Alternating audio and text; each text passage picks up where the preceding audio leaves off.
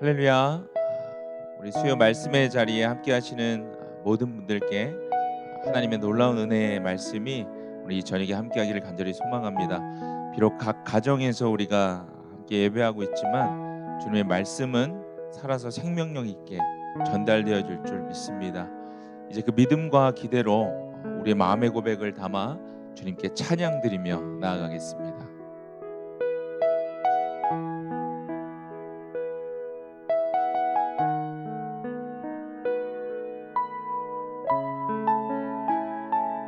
나의 주 나의 하나님이여 주를 경배합니다. 나의 주 나의 하나님이여 주를 경배합니다.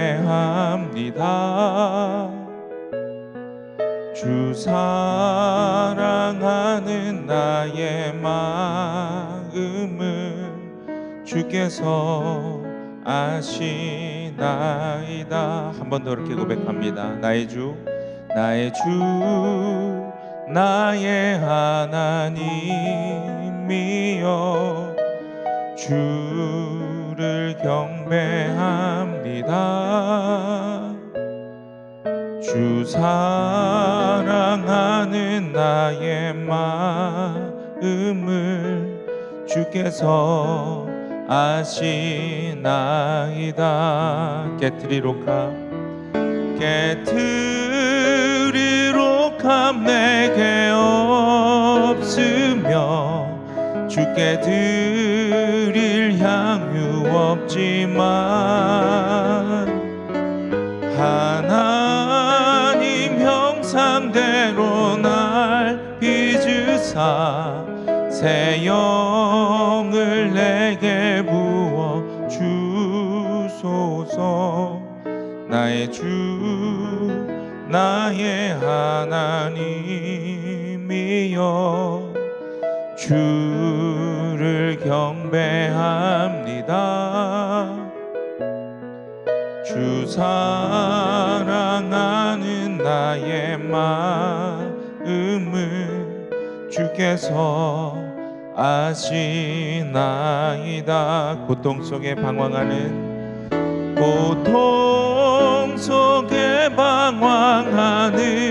내 마음 주께로 갈 수 없지만 저항할 수 없는 그 은혜로 주님의 길을 걷게 하소서. 나의 주 나의 하나님이여 주를 경배합니다. 주 사랑하는 나의 마음을 주께서 아시나이다.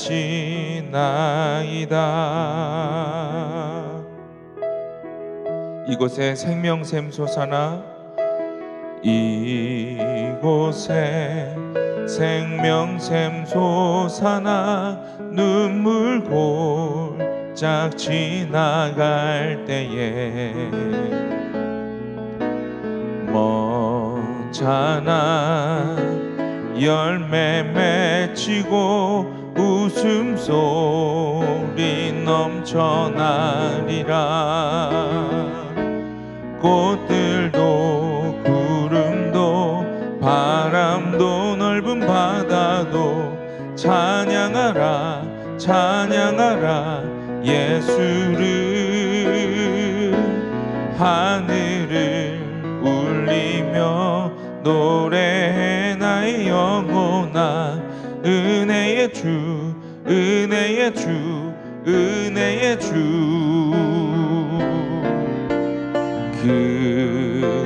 그날에 하늘이 열리고 모든 이가 보게 되리라. 마침내 꽃들이 피고 영광의 주 주가 오시리라. 꽃들도 구름도 바람도 넓은 바다도 찬양하라 찬양하라 예수를. 하늘을 울리며 노래해 나의 영혼아. 은혜의 주 은혜의 주 은혜의 주. 꽃들도 구름도 바람도 넓은 바다도 찬양하라 찬양하라 예수를. 하늘을 울리며 노래해 나의 영혼아. 은혜의 주 은혜의 주 은혜의 주. 하나님, 그 은혜의 주님께서 오늘 이 저녁 말씀으로 우리와 함께 하심을 믿습니다. 나의 주 되신 분, 나의 하나님을 우리가 고백하며 말씀을 통해 우리 안에 묶여있던 많은 삶의 문제들을 해결할 수 있는 은혜의 날이 되게 하여 주옵소서. 특별히 하나님, 이제 조금씩 풀려가고 있는 상황들 가운데 우리가 기대하는 것들이 있습니다. 그러나 우리의 기대와 앞서 일하시는 하나님을 볼 수 있게 하시고 하나님이 행하시는 일이 어떠한 것인지를 오늘 말씀을 통해 발견하는 이 저녁이 되게 하여 주옵소서. 그렇게 성령님 우리에게 지혜를 주셔서 말씀 가운데 하나님의 음성을 온전히 듣고 깨닫게 하여 주옵소서. 살아계신 예수님의 이름으로 간절히 기도드립니다. 아멘.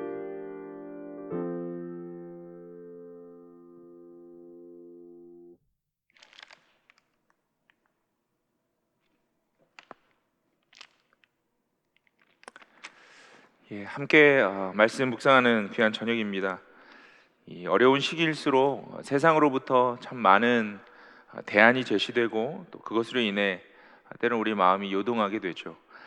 어떤 것이 좋고 또 나쁜 것인지 분간할 수 없을 만큼 참 다양한 제안과 또 그 대안 속에 살아가는 우리들입니다. 그러나 그 속에서 늘 우리가 잊지 말아야 할 한 가지가 있습니다. 그것은 우리가 하나님의 말씀을 쫓아 살아가는 사람들이라는 사실입니다. 이 사실이 지금을 살아가는 우리들을 버티게 하는 힘이 되는 것입니다. 오늘도 주님의 말씀이 진리가 되어서 우리가 살아가야 할 방향을 제시해 주시기를 간절히 소망합니다. 오늘 우리에게 주시는 하나님의 말씀 함께 보겠습니다. 로마서 7장 22절에서 이어지는 8장 2절까지의 말씀을 우리 각자의 자리에서 다 함께 합독하도록 하겠습니다. 나는 속사람으로는 하나님의 법을 즐거워하나 내 지체에는 다른 법이 있어서 내 마음의 법과 맞서서 싸우며 내 지체에 있는 죄의 법에 나를 포로로 만드는 것을 봅니다. 아, 나는 비참한 사람입니다. 누가 이 죽음의 몸에서 나를 건져주겠습니까? 우리 주 예수 그리스도를 통하여 나를 건져주신 하나님께 감사를 드립니다. 그러니 나 자신은 하나님으로는 하나님의 법을 섬기고 육신으로는 죄의 법을 섬기고 있습니다. 그러므로 그리스도 예수 안에 있는 사람들은 정죄를 받지 않습니다. 그것은 그리스도 예수 안에서 생명을 누리게 하는 성령의 법이 당신을 죄와 죽음의 법에서 해방하여 주었기 때문입니다. 아멘. 우리가 살아가는 세상은 좋은 것과 나쁜 것이 공존합니다. 앞서 말씀드린 대로 각자 개인의 생각과 기준들이 다 다르기 때문에 더 많은 구분이 생기는 시대에 우리가 살아가고 있습니다. 그래서 우리도 늘 우리 자신의 기준대로 주변을 보고 판단하게 되죠. 주변 사람들 중에도 좋은 사람이 있는가 반면 또 나쁜 사람들도 있습니다. 내 기준의 잣대로 보았을 때 좋은 상황이 있고 또 그렇지 못한 상황이 있습니다. 사단 취장이라는 이 고사성어가 있습니다. 버릴 사, 짧을 단, 취할 취, 길장. 길고 짧은 것을 가려서 격식에 맞춘다라는 뜻이고요. 풀이해 보면 나쁜 것은 버리고 좋은 것은 취한다라는 뜻을 가진 성어입니다. 우리 삶의 어떤 성향을 잘 표현해 주는 말이기도 하는 것 같습니다. 우리는 자연스럽게 좋은 것을 지키려고 하고 나쁜 것은 골라내 버리려고 하는 성향이 있다는 것이죠. 천선적으로 우리는요, 좋은 사람, 좋은 세상, 좋은 성과, 좋은 직장을 가지고 싶어 합니다. 모든 것이 좋은 상태여야 안정감을 느끼게 된다는 것이죠. 한 남자가 있었는데요. 그는 어려서부터 학업에서든 운동에서든 또 사회적 활동에서든 어떤 모든 분야에서 아주 능통하게 잘 해낸 사람이었습니다. 좋은 대학을 잘 마치고 졸업한 이후에 그 이후에도 그는 성공가도를 달려갔던 사람이에요. 최고의 직장에서 가장 빠르게 승진했고 또 주변 많은 사람들에게 늘 좋은 사람이다라는 칭찬을 들으며 살아왔던 사람이 있었습니다.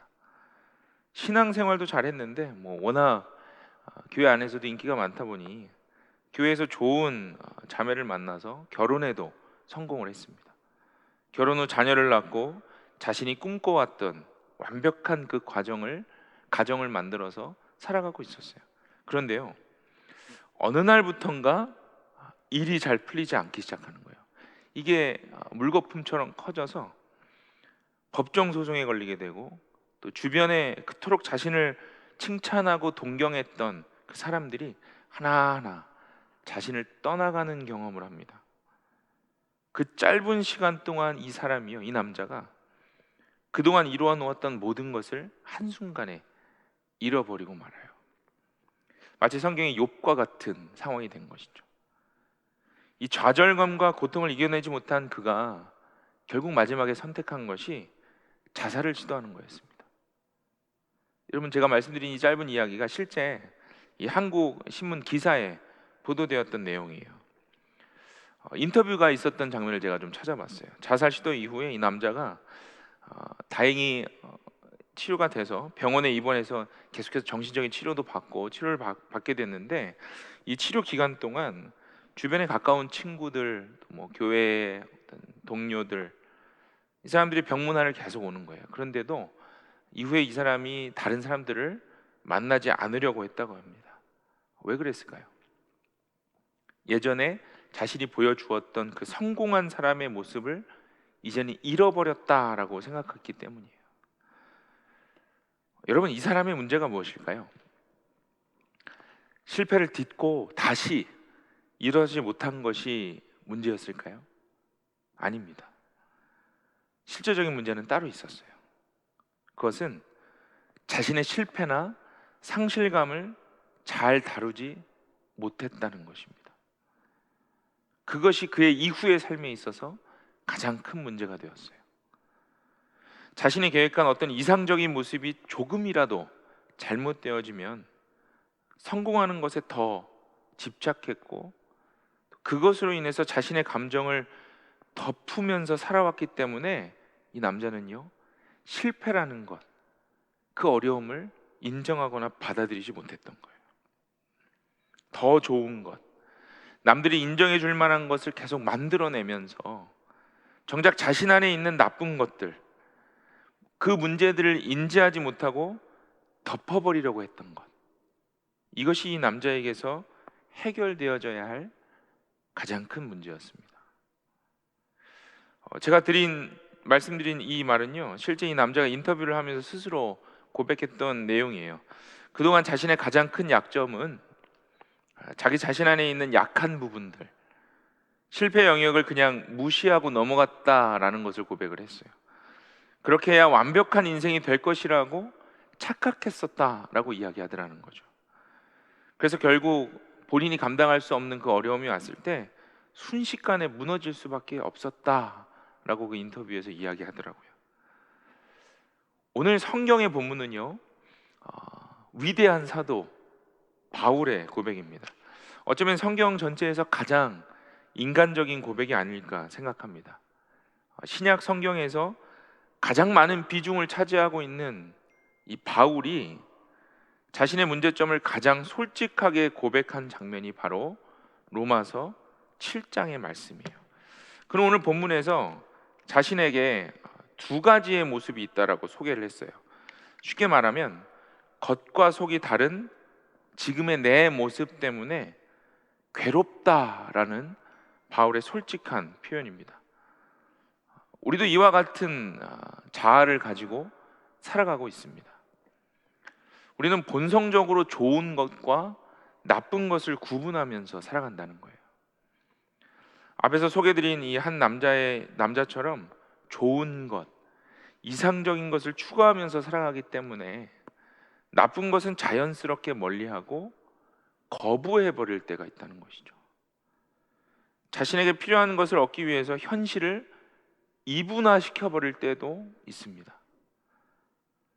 이런 이분법적인 분리는요, 우리의 삶 속에서 때로 함께 드러날 수 있는 나쁜 것과 또 연약한 것 또는 그 실패들을 용납할 수 없게 만들어 버린다는 거예요. 그리고 이것은 두 가지 잘못된 생각을 만들어냅니다.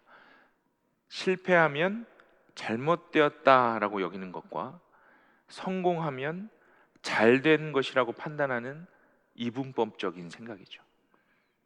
그래서 좋은 사람이길 기대했던 어떤 누군가가 어느 날 나를 실망시키고 또 그 잘못을 해버리면 그 사람을 비난하고 너는 잘못된 사람이야 라고 정죄해버린다는 거예요.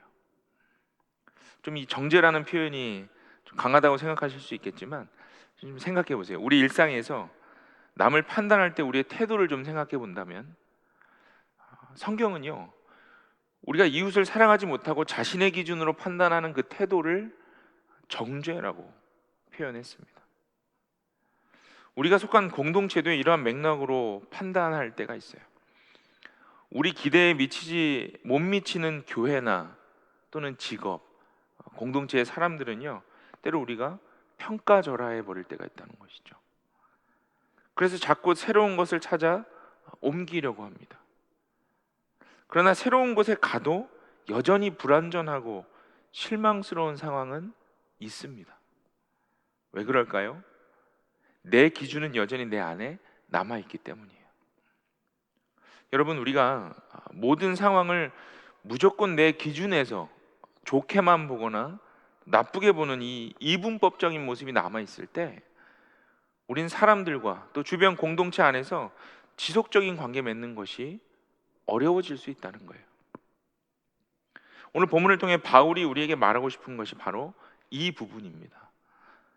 우리가 그리스도인다운 삶을 살기 위한다면 좋은 것과 나쁜 것이 함께 공존한다는 것을 인정해야 한다는 것입니다.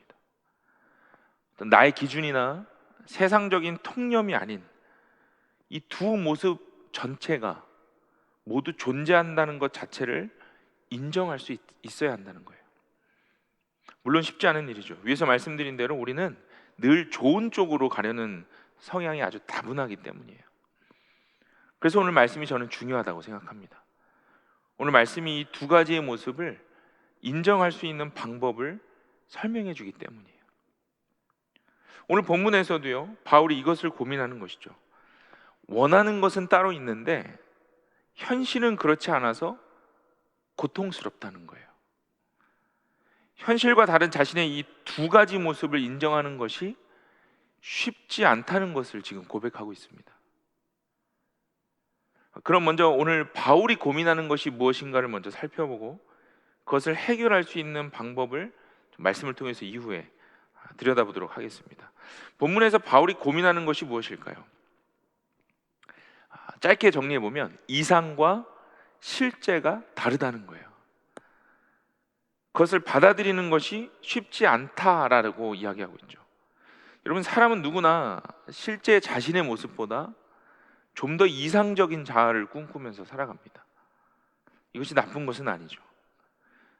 제가 재미있는 리서치를 보았는데 이 대부분의 남자들이요, 이 아침에 면도를 하죠. 면도를 한 후에 거울을 보면서 이 턱을 이렇게 들고 고개를 돌려보는 거예요.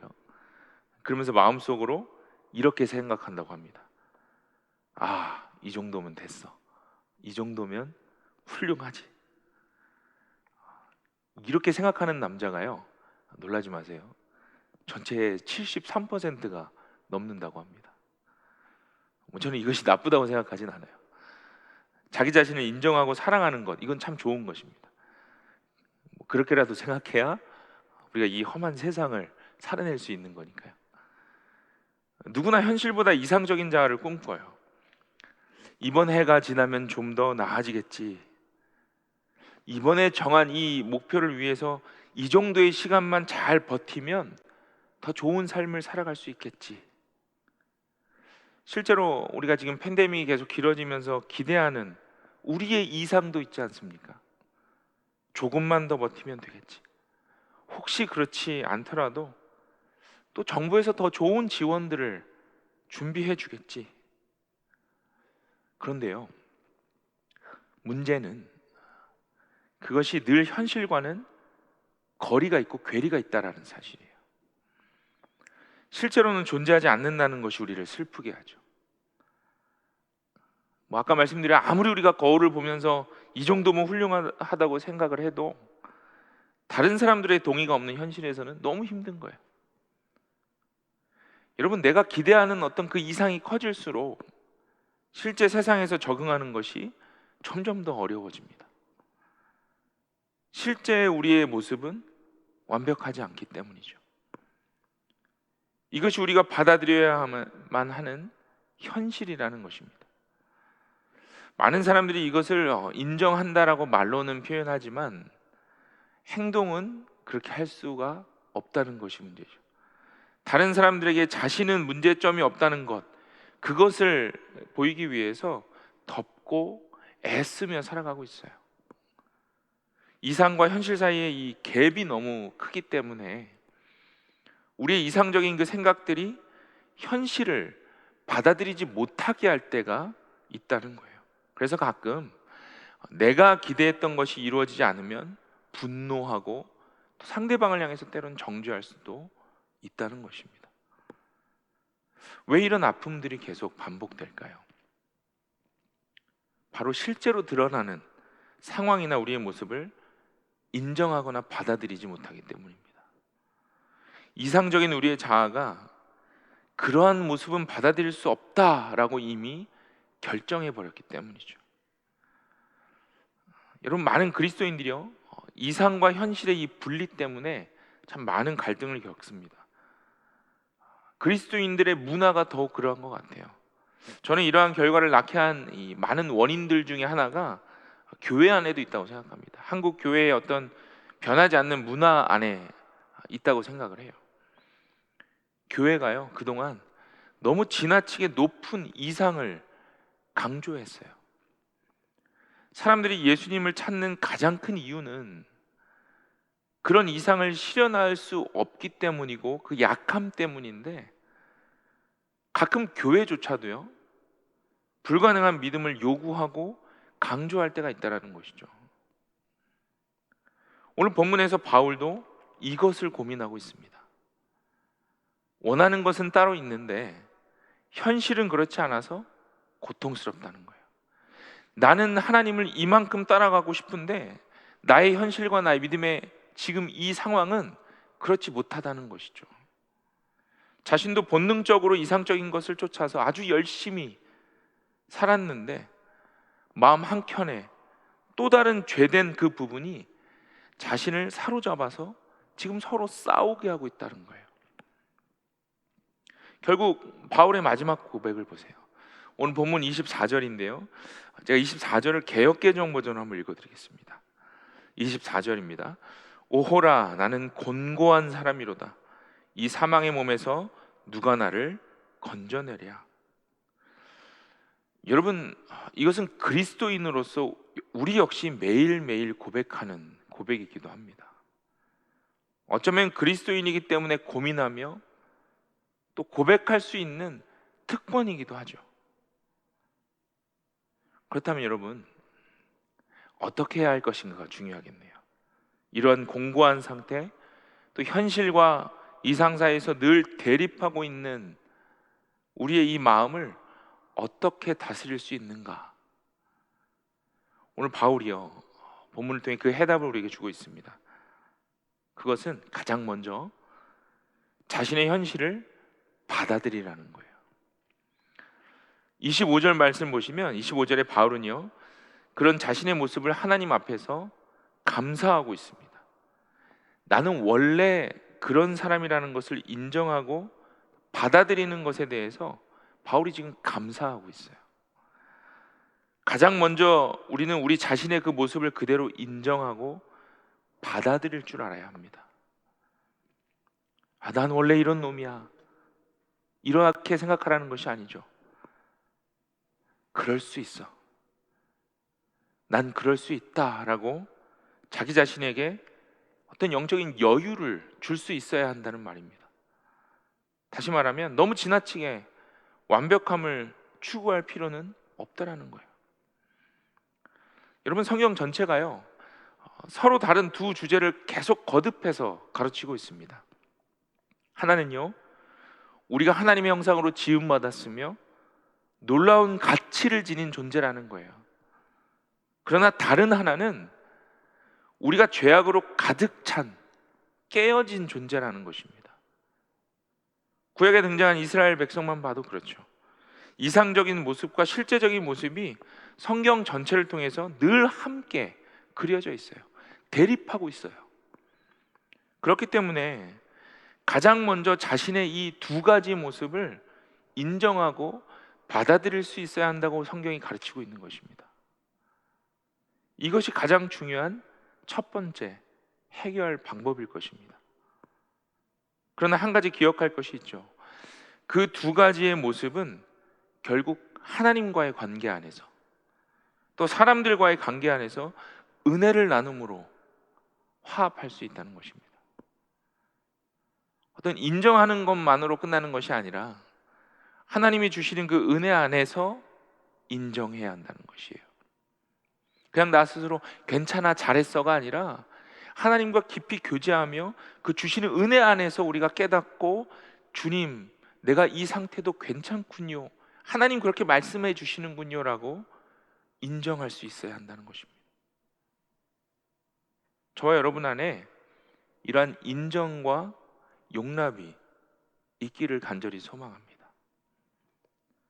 두 번째는요, 용서받고 용납되었다는 것을 기억하라고 말씀하세요. 오늘 본문인 8장 1절과 2절인데요, 오늘 본문 8장 1절과 2절을 우리 다시 한번 함께 읽도록 하겠습니다. 1절과 2절입니다. 함께 읽겠습니다. 그러므로 그리스도 예수 안에 있는 사람들은 정죄를 받지 않습니다. 그것은 그리스도 예수 안에서 생명을 누리게 하는 성령의 법이 당신을 죄와 죽음의 법에서 해방하여 주었기 때문입니다. 바울이 자신의 문제를 해결받은 두 번째 이유에 대해서 이렇게 설명했어요. 바로 자신이 용서받았다는 것을 믿었기 때문이다 라고 이야기합니다.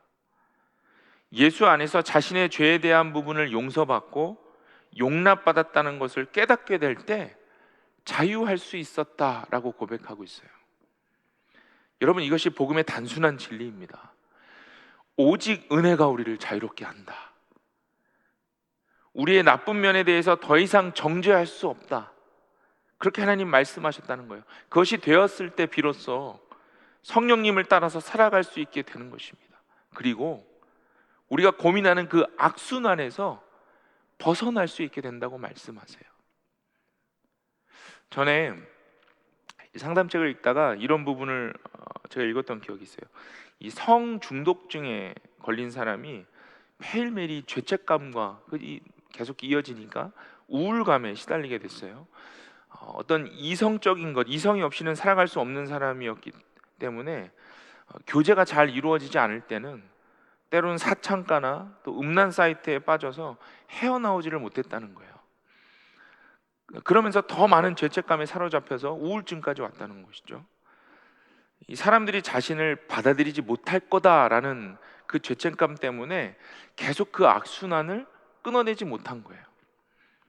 단지 성 중독뿐만 아니라 단지 이 사람의 비단의 예뿐만 아니라 여러분 우리 안에 있는 어떤 다른 모습들, 다른 여러 가지 중독의 모습들도 좀 적용해 볼 수 있으면 좋을 것 같습니다. 여러분 이 사람이 어떻게 이 문제에서 벗어날 수 있었을까요? 이분이요 결국은 잘 훈련된 어떤 소그룹을 소개받아서 그곳에서 함께 그룹 토의를 하면서 자신의 이야기를 오픈하기 시작합니다.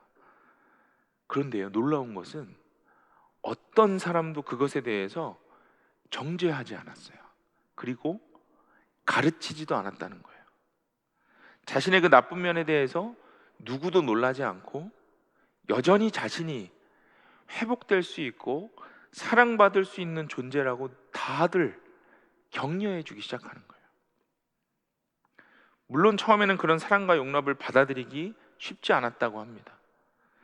그런데요 지속적인 교제를 통해서 계속 그 모임을 참여하면서 결국은 자신이 또 다른 죄를 저지른다고 해도 정죄받지 않을 수 있다는 것을 서서히 배워나가게 됐다는 거예요. 이 사람의 그동안의 어떤 나쁜 면과 죄책감은요 이미 십자가에서 해결되었기 때문이죠. 여러분 이것이 하나님께서 우리를 교회와 공동체에 보내시는 이유입니다. 전에 한 청년이 비슷한 이유로 저한테 고민을 상담했던 적이 있어요. 그 음란 사이트에서 벗어나지 못해서 매일 회개하는데 결국은 어느 순간 그 회개마저도 지쳐서 어떻게 해야 할지 와서 상담을 하기 시작했어요. 어떻게 해야 합니까? 제가 이제 무엇을 해야 합니까? 더 이상 회개할 수도 없습니다. 제가 이런 대안을 좀 같이 나눴어요. 그래도 같이 하나님 붙들고 회개하자. 계속 끊임없이 하나님 붙들고 그날 죄 지은 그 분량에 대해서 회개하고 또 용납하시는 하나님 앞에 나갈 때 매일매일 드려지는 그 회개의 기도를 통해서 내가 용납받을 수 있는 존재이구나, 내가 사랑받고 있는 존재이구나, 그리고 그 죄의 분량들이 조금씩 줄어들어가는 것을 볼 수 있을 거야 라고 함께 나눴던 기억이 있습니다. 결국이요 그 친구가 그 모든 사이클에서 벗어날 수 있게 되었어요. 여러분 예수님을 따라 살아가는 우리 그리스도인에게는 나쁜 점, 나의 나쁜 습관들, 고치지 못하는 어떤 이러한 속성들이 문제가 될 수 없습니다. 왜 그럴까요? 하나님께서 우리를 하나하나 회복시켜 가시기 때문이에요. 말씀이 그렇게 증거합니다. 에베소서 1장 6절과 7절 말씀인데요 제가 읽어드리겠습니다. 그래서 하나님이 하나님의 사랑하시는 아들 안에서 우리에게 거저주신 하나님의 영광스러운 은혜를 찬미하게 하셨습니다. 우리는 이 아들 안에서 하나님의 풍성한 은혜를 따라 그의 피로 구속 곧 죄 용서를 받게 되었습니다. 여러분 이 말씀처럼 우리는 이미 하나님의 사랑하시는 그 아들 안에서 받아들여진 존재입니다. 우리의 부족하고 모자란 모습까지도 또다시 주님께서 받아주셨다는 거예요. 반복되는 삶의 사이클로 돌아갈 수밖에 없는 그 모습까지도 이미 주님은 아시고 용납하기로 작정하셨다는 것입니다. 여러분 진짜 문제는요 죄 지은 우리들이 아니라 바로 죄라는 것이죠. 많은 그리스도인들이요 용서받은 상태와 그 죄책감 사이를요 계속 오고 갑니다. 자신이 용납되었다는 사실을 안심하고 받아들이지 못하기 때문이에요. 확실한 것은 예수님이 우리를 단번에 용납받을 수 있는 존재로 만드셨다는 것입니다. 여러분 이것은요 어딘가에 빼앗기고 이런 것이 아니에요. 그렇기 때문에 우리는 죄 짓는 우리 자신을 염려하고 그 죄책감 때문에 피하는 것이 아니라 우리 앞에 놓여진 그 죄 자체를 바로 볼 수 있어야 한다는 것입니다. 우리가 좋은 사람인가 나쁜 사람인가를 물을 것이 아니라 우리가 지금 무엇을 하고 있는가, 우리가 지금 무엇 때문에 하나님과 멀어지고 있는가를 확인하는 것이 더 중요하다는 거예요. 성경은요 우리가 사랑받고 용서받았기 때문에 또한 사랑하고 용납할 수 있게 된다고 가르쳤습니다. 다시 말하면 우리가 용서받은 만큼 용서할 수 있다라고 말씀하셨어요. 우리가 어떤 상황이나 사람들에 대해서 나쁘다라고 구분짓는 것을 막기 위해서는 우리가 먼저 용서받은 사람들이라는 사실을 늘 기억해야 한다는 것이죠. 하나님은 우리의 잘못을 늘 진리로 깨닫게 해주시지만 동시에 사랑과 긍휼을 베푸시는 분이십니다. 여러분, 오늘 말씀을 다시 한번 묵상하시면서 가장 먼저 나 자신을 인정하시는 삶이 되시기를 바랍니다. 그리고 반복되는 죄의 악순환 안에 예수님의 구원의 선포가 있으시기를 간절히 축복합니다. 그래서 자유로운 마음과 성령님과 교제하며 그 신앙을 붙들어가는 우리 모든 미라의 성도님들이 되실 수 있기를 간절히 축복합니다. 혹시 요즘 기사들 많이 나오죠. 팬데믹이 길어지면서 가정의 폭력, 또 개인의 어떤 문제들이 드러나는 모습들, 분노. 여러분, 팬데믹으로 인해서 자신의 한계를 이렇게 우리가 경험하고 있다면 오늘 말씀이 저와 여러분에게 귀한 가이드가 되었으면 좋겠습니다. 여러분, 그럴 수 있습니다. 잠시 주춤할 수 있고 잠시 멈출 수 있습니다. 잠시 이 상황으로 인해서 이전의 나의 모습과 같지 않은 그러한 모습으로 살아갈 수도 있습니다. 그 모습을 어떤 방법으로라도 이겨내려고 하기보다 먼저 이 상황과 나 자신을 받아들이는 나의 모습, 그것을 인정하시기를 바랍니다. 그리고 하나님께 나의 모습을 그대로 맡길 수 있는 훈련을 이 기간에 한번 도전해 보시기 바랍니다. 여러분, 그때예요. 이전에는 알지 못했던 용납과 그 용서의 은혜를 주님으로부터 다시 새롭게 경험하게 되실 것입니다. 또한 이전에 나의 기대와 또 그 이상대로 움직였던 그러한 삶이 아닌 나를 전적으로 붙드시고 인도하시는 그 하나님의 인도하심이 우리 삶에 새롭게 세워져 나아갈 것입니다. 오늘 말씀이 이 어려운 기간 속에서 우리를 다시 버틸 수 있게 하시는 주님의 음성이 되기를 소망합니다. 사랑하는 여러분, 우리는 그리스도 예수 안에 있는 생명의 성령의 법으로 해방된 그리스도인들입니다. 함께 기도하겠습니다. 하나님,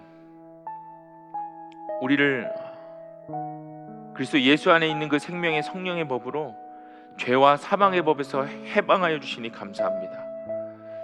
그러나 하나님, 눈에 보이는 상황들, 놓여진 형편 때문에 또다시 넘어지고 또 하나님 실패에 우리가 견뎌하지 못할 때가 있습니다. 오늘 바울의 고백처럼 우리가 곤고한 사람으로 주님 앞에 엎드려 있을 때에 하나님 우리를 용납하시고 다시 일으켜 세우시는 분이심을 믿습니다. 그것을 위해 먼저 나의 이 상황을 인정하고 나의 모습까지도 그대로 주님 앞에 올려드릴 수 있는 용기와 도전이 있게 하여 주옵소서. 그저 지쳐서 누워있는 것이 아니라 하나님, 누워있는 나에게 오셔서 엘리야에게 주셨던 로뎀나무 밑에 그 은혜를 허락하여 달라고 주님을 붙들 수 있는 그러한 하나님 믿음의 고백이 있게 하여 주옵소서. 또한 나 스스로를 정죄하는 것이 아니라 그 모습에 실망하는 것이 아니라 용납받은 자이고 용서받은 자에게 다시 일어설 수 있음을 믿음으로 고백할 수 있는 이 기간과 우리 삶이 되게 하여 주옵소서. 오늘도 그렇게 말씀으로 우리를 일으켜 세우시는 주님을 기대합니다. 주님, 그렇게 우리와 이후의 시간도 하루하루 함께하여 주옵소서. 살아계신 예수 그리스도의 이름으로 간절히 기도드립니다. 아멘.